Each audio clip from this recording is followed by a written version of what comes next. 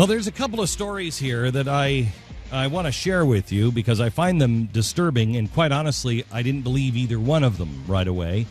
And so I sent it up to the newsroom yesterday to have the Blaze do research on them and to find out. These can't be true, right? They both are. Let's start first with the Department of Defense. The Department of Defense has just issued a new list of extremists that should be watched. And on that, in fact, number one, past the Muslim Brotherhood and past Hamas, Hezbollah, number one, evangelical Christians.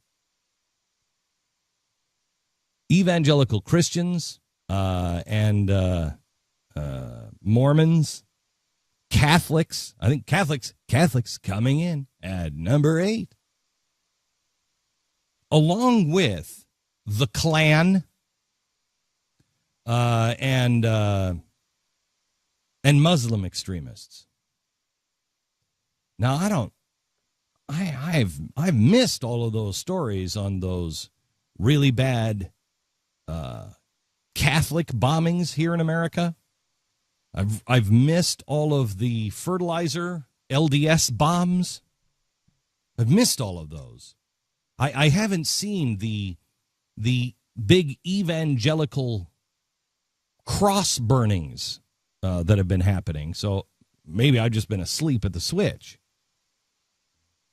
Now, what the Department of Defense is saying is, well, okay, this was just put together by one guy who was just giving some talks there at the Pentagon.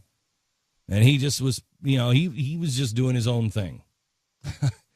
How many times does that happen with our military?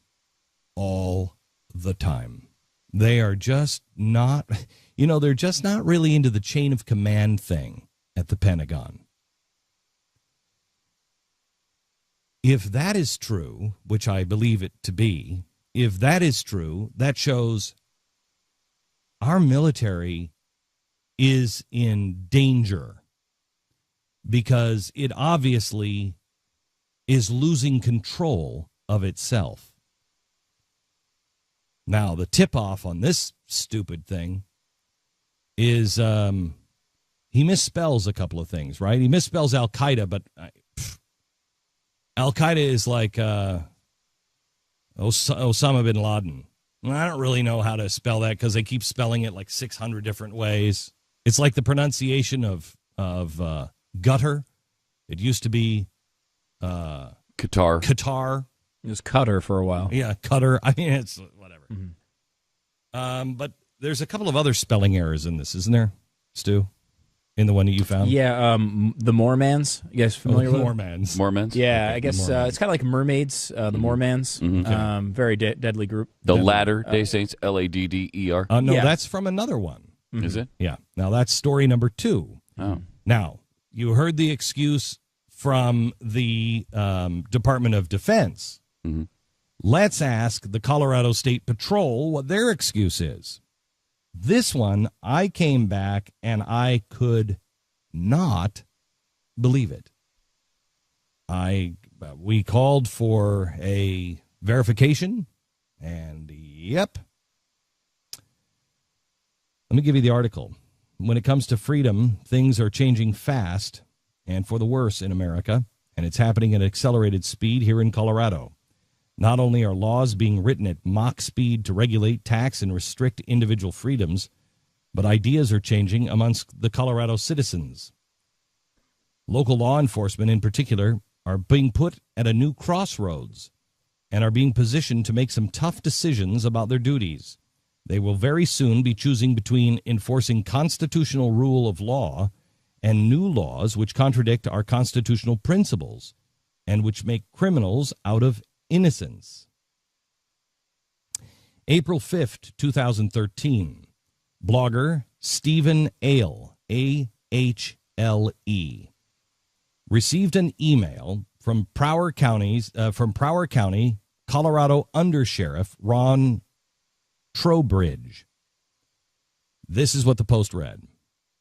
I've recently received a letter from one of the law enforcement's finest. He had attended a seminar in which he was told to be on the lookout for Christians. The letter was written by an attendee, Ron Trowbridge, Undersheriff, Prowers County, Colorado. I'd like to thank the sheriff and the letter and the 25 years he has spent protecting the public in his county. Fears of reprisals from either the Colorado State Police and Homeland Security fail to stop this patriot from exposing what our law officers are being subjected to. Because of his bravery, we're able to get an inside look on how nefarious forces within our government are attempting to indoctrinate our law officers.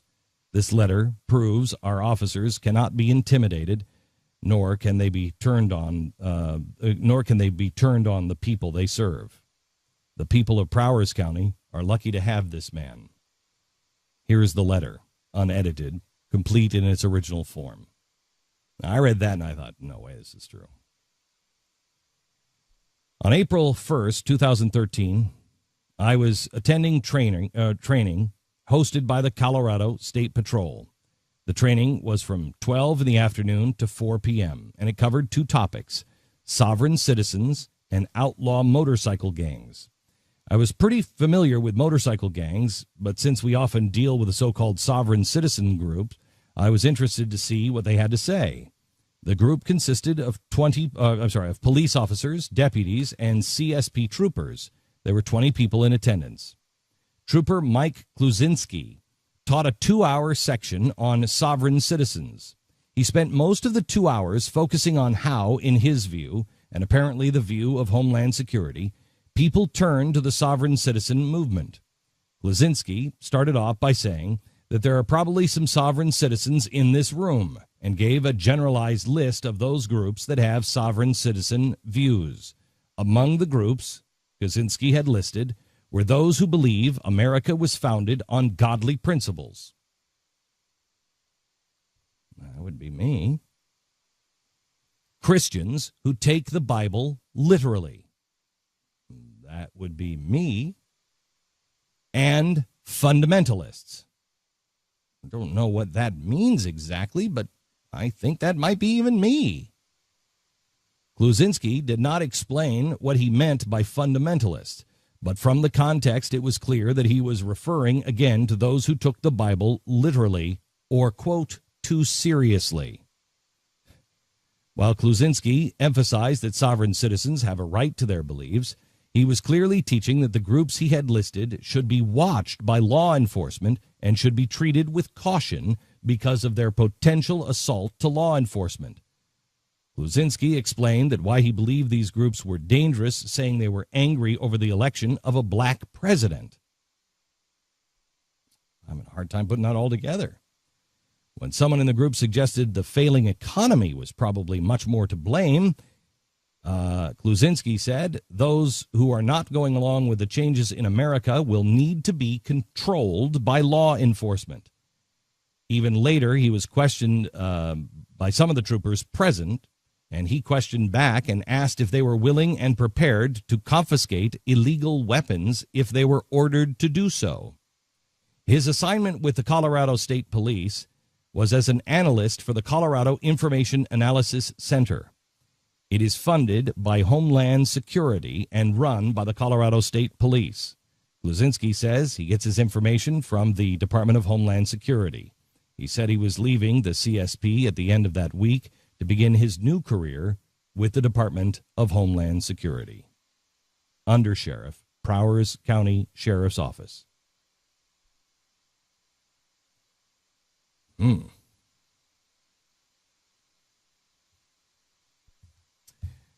As I said, I sent it upstairs to the newsroom when I got it. And I think my subject line was, "This can't be true. Please dismiss or verify." Yesterday afternoon, we verified that that is true. This is not something new. And if you believe it to be accidental, you are foolish. In Missouri, It was just an accident that these groups were listed. Ron Paul, Tea Party members, people who had the snake flag. That was just a mistake. That was in Missouri State Police. We've seen it over and over again. We've seen members of this government refer to people as terrorists who are Tea Party members. We have seen celebrities say that Christians are as dangerous, if not more dangerous, than Al-Qaeda.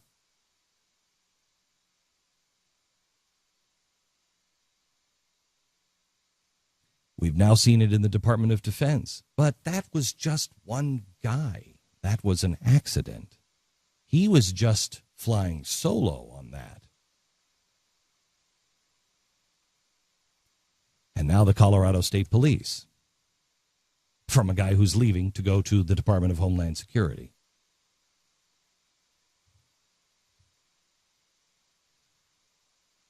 I ask you if you're a police officer.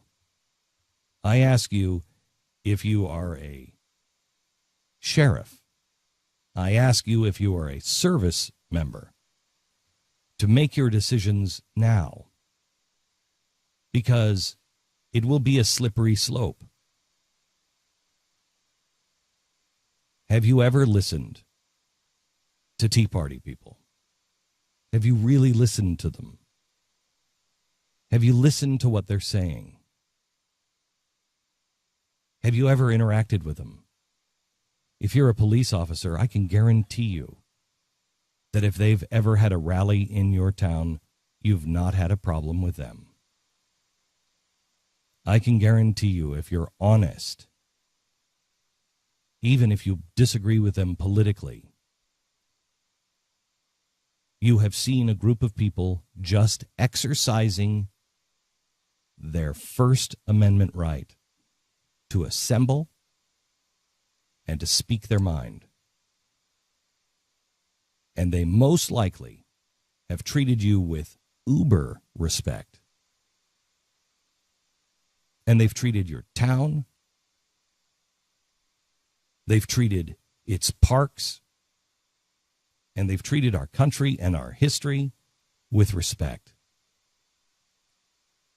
And you compare that to Occupy Wall Street, and you compare that to what happened by the labor unions in Wisconsin. You make your decision. Are Christians who believe in the Bible, are they extremists?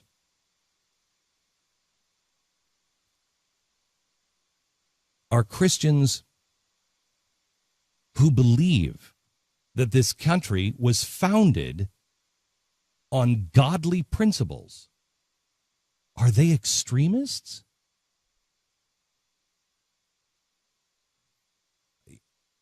You can disagree with it, but to believe that they're an extremist makes you an extremist because you're disagreeing with historic documents. You're disagreeing with the writings of the founders, their own words. So you may disagree with them on why they founded the country, but you would be the extremist if you're denying reality.